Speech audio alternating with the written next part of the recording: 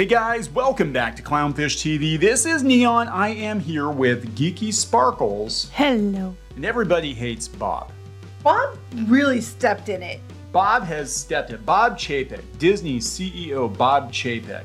We're going to talk about another daily dose of dismal Disney. He's really stepping into it with, Disney fans. Parks guests. And now he pissed off animation fans too. Yeah, he's pissed off animation fans. Apparently, Bob Chapek doesn't understand the foundation of the Walt Disney Company, where it came from, that was started by an animator, because he doesn't think adults are really into animation that much. Mm-hmm. Lots of dumb things being said by Bob. And of course, yesterday he got kind of grilled over his statements on quote-unquote wokeness. This is all from the same live stream. All these things we talked about yesterday and today, and everybody telling you whatever, all from the very same live stream. Don't let Bob stream anymore. Disney, just don't let him stream, because he's not doing you any favors. So we're going to talk about this. And then I think we'll throw in this ridiculously overpriced Marvel experience too while we're at it. But before we get into it any further, please subscribe for more pop culture news, views, and rants, guys. Over 278,000 subs. Yay! Thank you so much. We're on the way to 279. We're almost 279. We're almost at 280 then. Yeah, we're almost at 280, which is almost to 300, which is almost to 3 million. Yeah, but 300 though is good. That's only 22,000 away from 300. Hit the subscribe button. Subscribe for more daily doses of dismal Disney. So, yeah, let's what should we talk about first? Let's talk about animation first. Yeah, let's do the animation, because that's what most people are up in arms about, like the most recent thing. Yeah, so Disney CEO Bob Chapek doesn't seem to think adults want animation coming from pirates and princesses.net. A really stupid thing. That is Geeky's Disney blog. Very stupid thing for the head of Walt Disney to say, but it's very clear that they don't really think a whole lot about animation anymore. I mean, judging by some of their decisions. Well, they keep making live action, reboots and everything else. They aren't making a lot of animation. Now, remember, Disney was synonymous with animation. They were the gold standard. They were the innovators for a lot of the animation techniques through the years. And now they went from that to, they just watch with their kids. And when their kids go to bed, they want to watch other stuff. Adults don't watch that shit. What the hell? This man should not be in charge of the Walt Disney Company. No. On any level. So Walt often prided himself on reminding people that the Disney empire was started by a mouse. It was all started by a mouse. He says that they hope that we never lose sight of one thing. It was all started by a mouse. Well, guess what? They lost sight of that. They totally lost sight of that. The new CEO seems to feel that animation is secondary and Disney's adult audience wants other kinds of entertainment.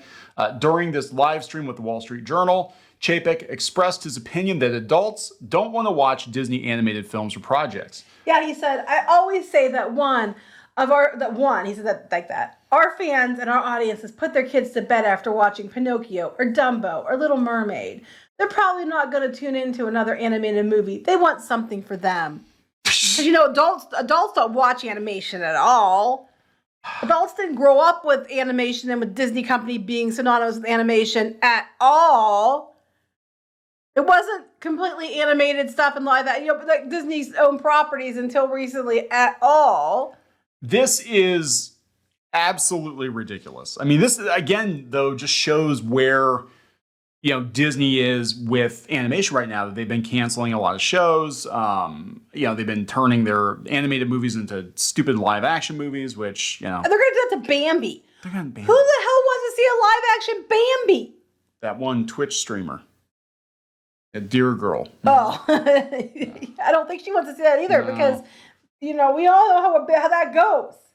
Of course, animation Twitter thinks that all animation is for young adults. Ages 18 to 27. No, young adults, 18 to 30. Here's the thing. What I find highly ironic about this whole thing is Disney is doubling down on anime. Even their one Simpsons Treehouse of Horror or Terror or whatever it is, our one writer had talked about that they're doing a take on Death Note, and they even went and did it in an anime style. They're doubling, tripling down on anime because that's what people want to watch. Then they simultaneously say that, adults don't want to watch animation. This is kind of funny because I was dunking on Matt Walsh from the Daily Wire a couple of weeks ago because he was making comments like, adults don't watch animation. I think he might have possibly maybe been joking. Adults aren't in animation, and it's just kind of demonic. I just kind of feel that way. This sounds about like that. And this is coming from the guy in charge of Disney. Well, no, because in his mind, and we've heard it from other people, actually, they were talking to Tim Burton, and he said that, he wasn't going to do anything for Disney anymore because it's like a circus. But in his conversation... Full of clowns. In his conversation, his interview, he said, Disney is focused on 3 things. Marvel, Star Wars, and then he said Pixar. So there's an animation in there somewhere. But they keep relegating Pixar to the Disney Plus. But Marvel and Star Wars is what they're focusing on. And they've gotten it to a place where a third to half of it's shit. I'm being kind. It's probably big, there's probably less good stuff than that. People are burnt out. They're sick of it. It's too much. They would probably like to see an original animation just for a change of pace. Yeah, this is why so many people are leaving Disney and Pixar and going to like Skydance and other studios because animation, that kind of stuff. Disney just ain't got it anymore. No, they just don't. The Disney that we grew up loving, the Disney that made fans, decades and decades and decades of hardcore Disney fans. That Disney does not exist. People anymore. took their kids to see animated films because they personally loved them themselves. Yes. Oh, and then meanwhile, though, this is the same CEO and Disney that is saying they don't like it, and they don't want to worry about animation because it's for kids on one hand. But it's also pushing how they're going to shove IP into their parks. Moana, Encanto, Coco on the other. I'm like, I wish they'd make up their damn mind. All right, let's look at some of these tweets. Cafe Fantasia. They're the ones that posted the clip. Maybe I'm weird, but I got Disney Plus so I could watch the incredible library of films of Walt Disney Animation Studios. Yes. Yeah. Shy Guy Buddy 11. You're dead if you aim only for kids. Adults are only kids grown up anyway, said Walt Disney himself.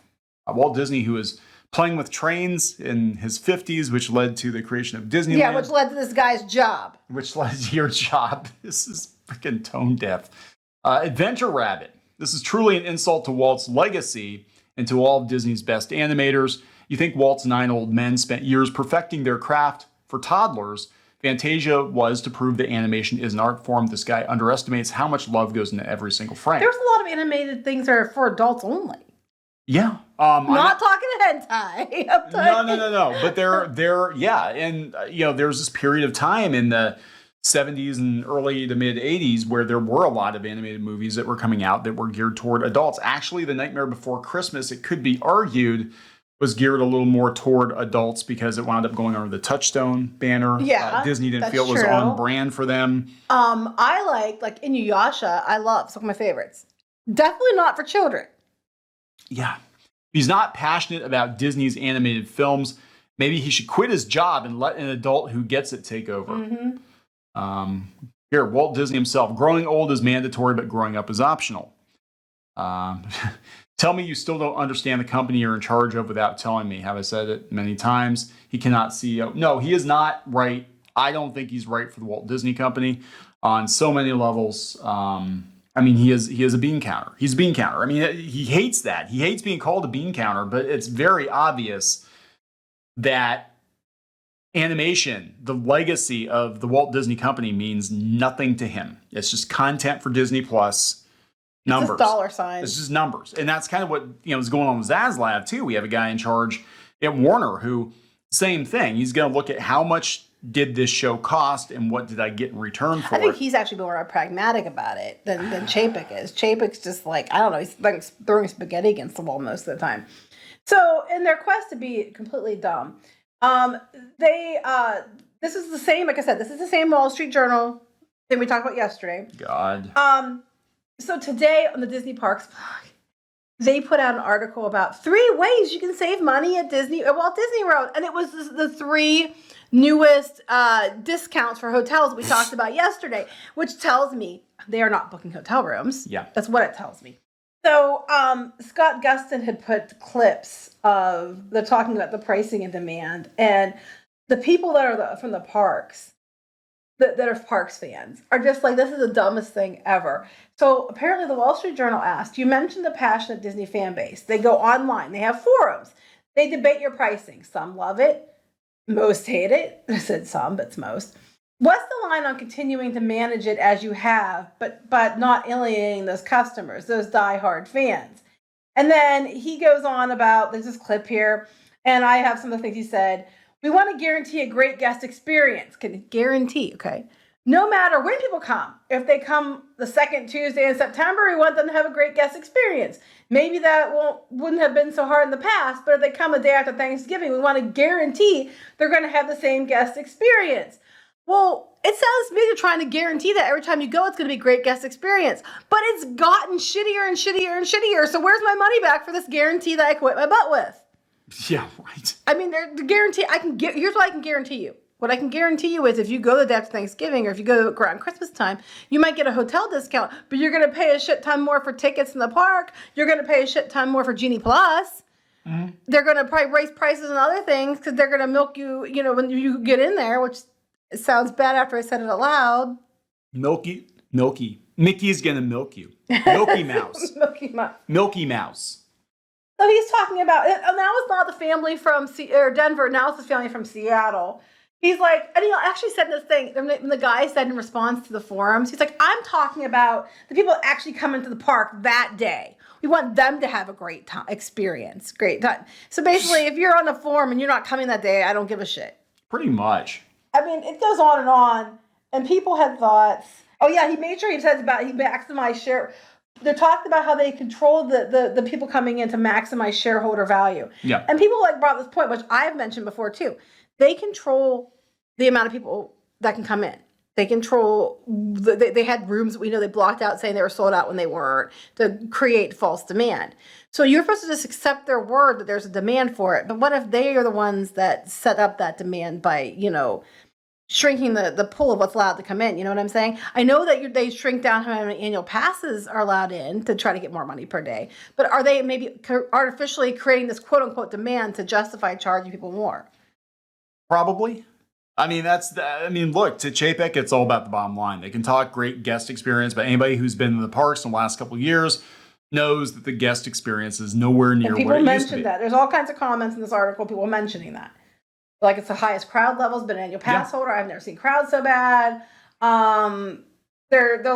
talk about he was not at Epcot last Saturday. He didn't see how bad it was. A lot of people saying, well, if you guarantee a great guest experience, how do I get my money back? That kind of stuff. You know what they're going to take away from this? If everybody's out there complaining that the parks are too crowded, well, I guess they're too cheap.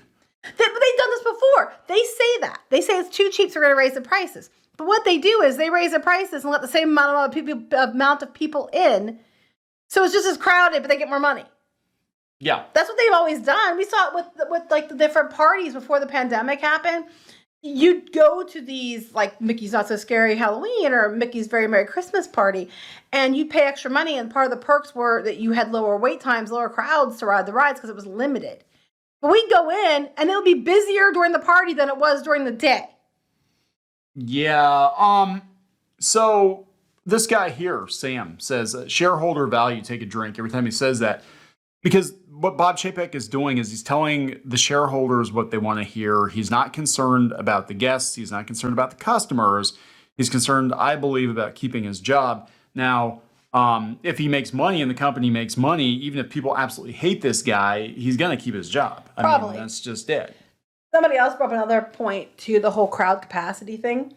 They said he makes this big deal like, well, if the family from Seattle comes in or people that are there at the parks and they come at 10 o'clock and they want to make sure they can get in the park and they should be able to get in the park, not be turned away because it's overcrowded.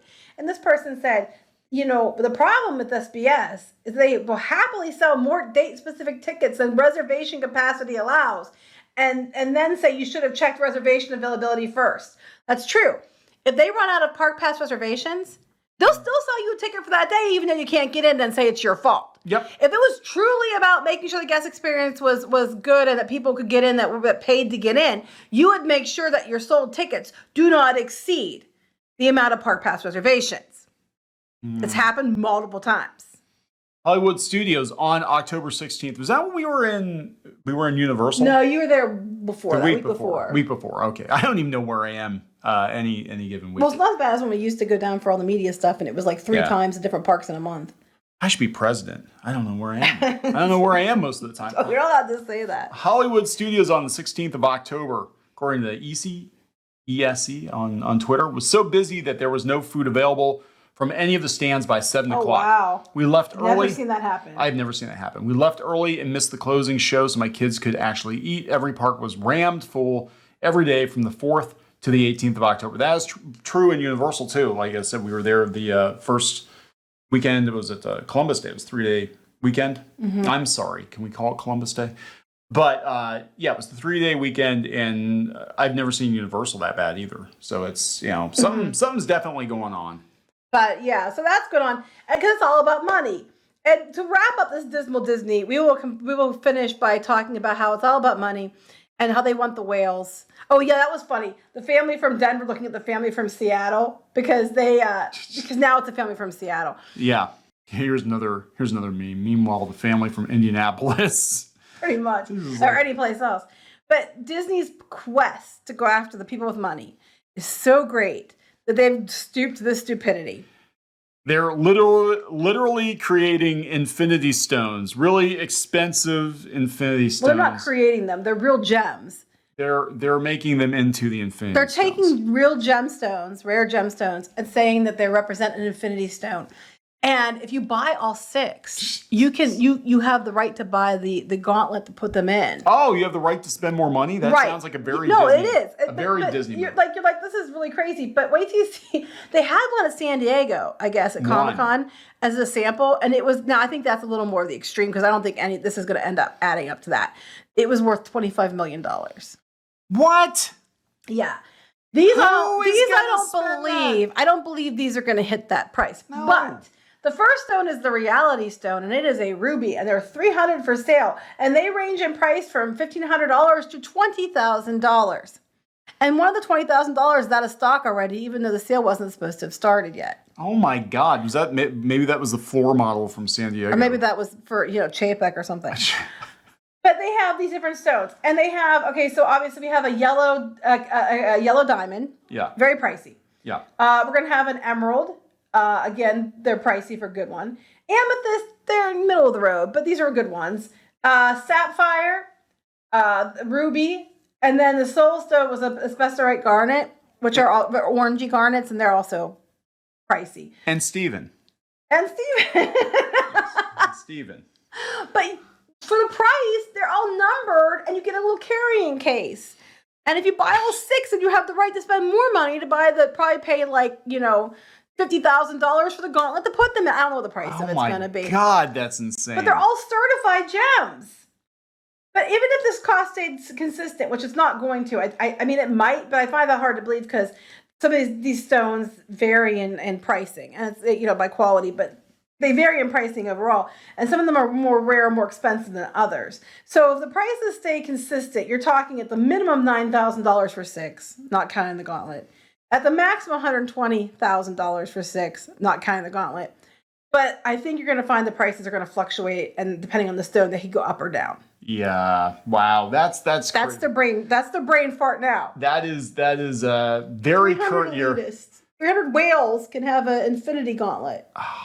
If they could just rent Disney out to one person per day and not have any rides or anything, and only have to have 5 employees, they'd be cool with that. Well, who would want to rent Disney out for a whole day and never ride anything? Celebrities who don't like to ride things. Well, that would be pointless. No, because some people just like to kick around the park. Well, they keep doing these things like filming and stuff at night. Couldn't they just rent the parks out at night to people that are rich? They do. They'll rent sections of the park out. Well, I know they did that, but at night, couldn't the whales just buy the park at night and the whales come out at night? Oh my God, it'd be like Disney's after hours event. That's where all the rich people. It'd be like the $10,000 a ticket. But it'd be like Disney's Fire Festival. Probably. And all the rich people come out, but none of the rides are working. No, the rides. Well, the rides. They have to let the rides work. That's the point. It'd be very limited. $10,000 a person a night. If you want to ride, it's another $10,000 a ride. You get all of the pictures you want without all the crowds and all the riffraff in your way. So you don't have to go to the different Disney boards and be like, "Hey, can somebody who's good at Photoshop take all these people out of the background so it's just me and the castle?" And those of you who go to those boards know exactly what I'm talking about and probably are laughing right now. Can you make my Disney vacation look like what they promised me on TV? Thanks. Well, no, seriously, these boards, they'll have somebody and they'll have pictures and there'll be like one person and then like 30 people in the background. And they'll go on there and ask people to edit their pictures. And some people will be smart asses and they'll edit all kinds of weird stuff in there. But some people will edit everybody out. So it's just them and, you know, in front of something, it's just them being their special moment, just them. God. Well, here, I'll leave it with this one. This is Jason Gordon from Twitter. Well, I went in September from Utah, and the guaranteed best experience was not my experience. Is this the money back guarantee? Is this a money back guarantee? Rides down and or in disrepair daily. That's true. I keep seeing pictures of trash. Yep. Lack of entertainment offerings because they got rid of a lot of the entertainers. Poor selection of merch, and apparently, according to some people, no food. Well, yeah, I've never seen it do that, but I know a big problem they're having too is staffing. Yeah. They don't have enough cast members. I know that's where they're having trouble with characters. They don't have enough cast members to fill the character roles because you don't pay them worth shit for one. You don't treat them very well for another, and and they're trying to say that's another reason why they're limiting things and pushing people different ways because they don't have cast members to staff things. Well, then hire more people. You're charging enough. Yeah, this guy is definitely one of the worst. One of Disney's worst CEOs. He might actually get on history as being one of the worst, but if the shareholders love him and he's making money, what are you going to do? What are you going to do? Stop going to Disney. Just stop going to Disney. It's not worth it. For most of us, it's not worth it anymore. I don't know what else to say. You know, I'm going to wrap it up. Yep. Please subscribe for more pop culture news, views, and rants, guys. We'll talk later. Bye.